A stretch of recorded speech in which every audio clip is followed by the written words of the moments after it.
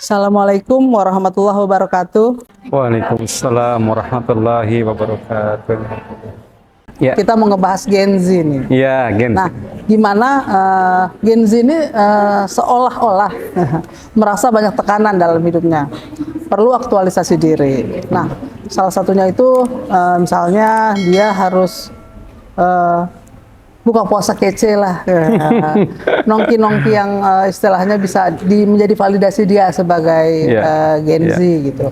Kadang ada juga loh, Ustaz cerita, padahal orang tuanya biasa aja, tapi maksa gaya hidup. Iya. Nah itu gimana ya Ustaz memaknainya di level itu gitu, di anak-anak Gen Z itu? Ya, ini adalah tantangan masa depan buat para orang tua. Kenapa tantangan masa depan buat para orang tua? Karena cara pendidikan kita dididik oleh orang tua di zaman dulu dan hari ini sangat berbeda. Oleh karena itu kata Ali bin Abi Thalib, setiap zaman ada orangnya, setiap orang ada zamannya. Zaman dulu kita, saat orang tua kita mengatakan, di Sunda ada istilah pamali. Dengan pamali pun kita tidak jadi sangat takut dan khawatir. Langsung ngerem ya? Ngerem diri gitu. Anak sekarang berbeda. Ada flexingnya, Itu dia. pamer menjadi kebutuhan. Itu dia. Persoalan yang harus kita berikan pencerahan kepada anak-anak Gen Z ini, bahwasanya tidak selalu apa yang nampak bagus, nampak mewah itu menjadi sesuatu yang membuat mereka menjadikan gaya gitu ya. Validasi Nah itu diperlukan. istilahnya bahasa kita mereka memvalidasi bahwa ini butuh untuk dinyatakan bahwa ini keren loh, ini gaya loh gitu kan. Nah ini satu tantangan yang sangat berat. Intinya adalah upaya kita bagaimana membuat anak-anak Gen Z ini mereka bisa melihat, bukan melihat dengan cara pandang dunia maya, tapi cara pandang dunia nyata. Berapa banyak orang yang memaksakan diri untuk menjadi orang lain yang berbeda, sementara mereka sebetulnya tidak layak, tidak pantas, bahkan tidak ada kemampuan untuk seperti itu. Nah, untuk membuka, sebenarnya Gen Z ini ada sesuatu yang positif pada diri mereka. Mereka bisa cepat terbuka dengan menerima informasi. Cepat beradaptasi. Cepat menerima informasi dan beradaptasi. Pada dasarnya, karena mereka lingkungannya sering melihat sesuatu yang mereka anggap bahwa keren loh, ini keren loh. Kalau dalam ilmu komunikasi, ada teori yang mengatakan begini, sesuatu yang diputar berulang-ulang, jika ada kesalahan yang diputar berulang-ulang, maka kesalahan yang diputar dan dipertontonkan berulang-ulang tersebut akan menjadi sesuatu yang disebut kebenaran. Karena yang terlihat dan yang dilihatnya selalu adalah tentang gaya hidup orang lain, jadi dia menginginkan gaya hidup sebagaimana orang lain. Tetapi ketika misalkan apa yang dilihatnya adalah sesuatu yang misalkan kata Nabi alaihi salatu wassalam, unzur ila man huwa asfala minkum wala tanduru ila man huwa fawqakum, lihatlah orang yang berada di bawah kamu, jangan lihat orang yang ada di atas kamu, karena itu menghilangkan rasa syukurmu.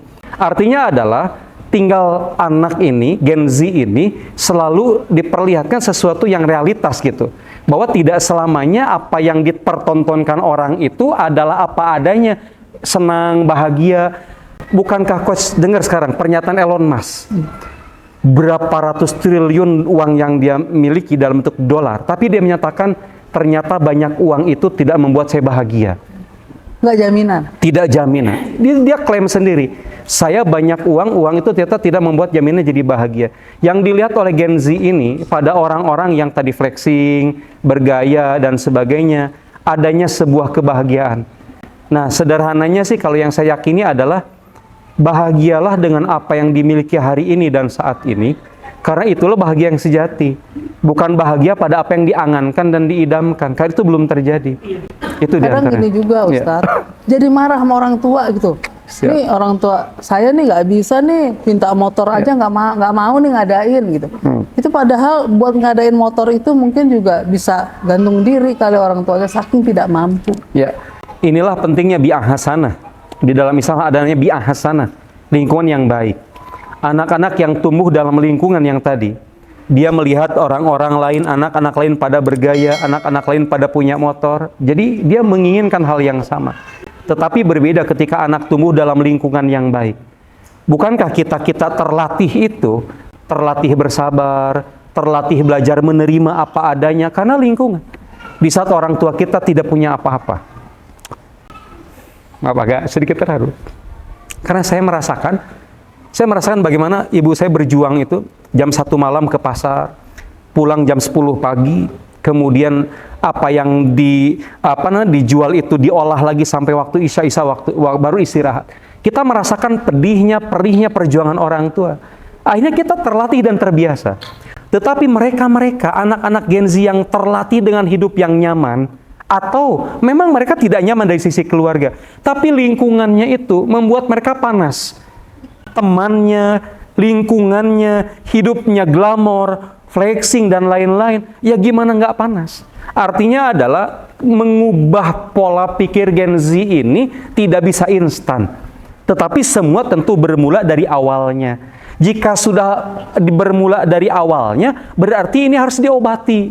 Bukan lagi ada istilahnya, satu mah diobati, yang keduanya lebih baik mencegah daripada mengobati. Jika sudah kadung lingkungan demikian, berarti kan pola pikirnya diobati, dibenerin. Tapi kalau misalkan jika kita sudah dari awal antisipasi, lebih baik mencegah daripada mengobati. Dalam Islam itu kita ada biang hasanah. Nah sekarang gimana kalau terlanjur nih anak-anak yang model seperti ini? Bagaimana sikap orang tua? Sejatinya sikap orang tua adalah tidak boleh terpengaruh oleh anak yang seperti ini. Terdorong menghalalkan segala cara. Makanya di dalam Al-Quran kata Allah, ada anak sebut dengan anak aduwwul lakum. Akan ada anak di antara anak-anak kalian jadi musuh kalian. Atau ada anak jadi fitnah, jadi ujian buat kalian. Ada yang begitu? Ada. Kan 5 kategori anak di dalam Al-Quran disebutkan. Anak sebagai perhiasan, anak sebagai ujian, anak sebagai fitnah, anak sebagai musuh, dan yang kelima anak sebagai qurrata a'yun. Kalau tadi dibicarakan sama coach, berarti anak ini dia sebagai ujian dan dia sebagai musuh bagi orang tuanya. Nah, bagaimana sikap kita terhadap anak yang seperti itu? Mengikuti keinginannya bukan solusi. Mengikuti keinginannya bukan solusi. Tapi membawa menuju arah yang lebih baik dan lebih benar, memilihkan lingkungan yang terbaru dan terbaik, itu cukup jadi obat buat mereka yang kadung sudah seperti itu.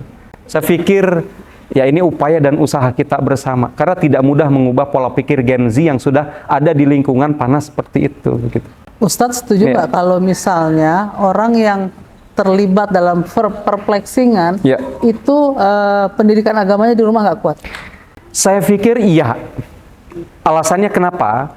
Karena di dalam Islam itu, ini etika masak aja ya. Etika masak. Idza tobahta marokotan fa'aksir ma'aha wa ta'ajironaka. Saya ambil kias dari hadis ini. Jika engkau masak, dan wangi dari masakan itu menyebar ke tetangga, faksir ma'aha wa ta'ahal jironaka, berilah tetanggamu meskipun sedikit, karena mereka telah menikmati aroma itu. Sampai segitunya? Ya. Sekarang, bagaimana dengan orang yang kemudian menyengaja flexing, memamerkan kenikmatan, kemewahan, kekayaan, keberuntungan dia sekalipun? Ini bisa menjadi dosa jariah virtual ya bahasanya. Oh ya? Iya, dosa jariah virtual buat dia. Karena dia telah membebani pikiran orang yang memang tidak bisa berkemampuan, jadi berangan-angan. Setelah berangan-angan, dia menjadi menghalalkan segala cara. Setelah menghalalkan segala cara, dia tertarik melakukan hal seperti itu lagi. Itu menjadi dosa virtual, dosa jariah virtual, jadi terus-terusan. Nah, oleh karena itu, mereka-mereka yang kemudian flexing dengan segala apapun yang telah mereka terima, kalau disebut sebagai mereka yang kurang pendidikan agama, setuju. Karena bagi mereka yang punya pendidikan agama yang baik dan benar, tidak mungkin. Karena tadi asas daripada makanan, ketika tetangga wanginya dari masakan kita aja merasakan, kita harus berbagi.